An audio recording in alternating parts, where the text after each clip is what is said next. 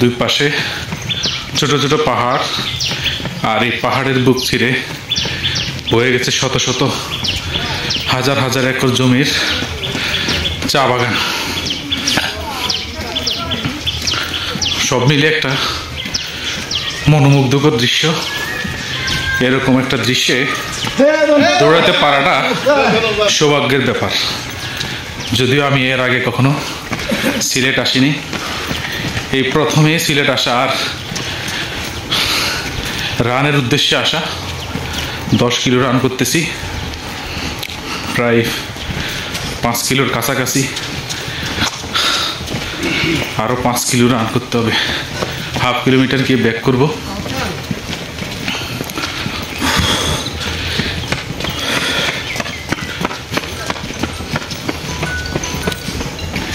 যেদিকে চোখ যায় শুধু চা বাগান আর চা বাগান। এই যে সাইডে পাহাড়গুলোতে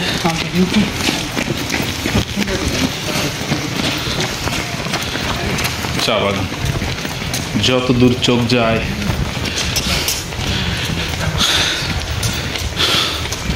শ্রীমঙ্গলকে চায়ের দেশ বলা হয়, আর এই চায়ের দেশে আমাদের শমশেরনগর ম্যারাথন আয়োজককে অসংখ্য ধন্যবাদ। এরকম একটা মনোমুগ্ধকর দৃশ্যে আমাদের দৌড়ের সুযোগ করে দেওয়া। ওই যে কিছুক্ষণ আগে দেখলাম আমাদের যে স্পেনের যে মেয়েটা ঢাকা থেকে আসছে, সে ব্যাক করছে।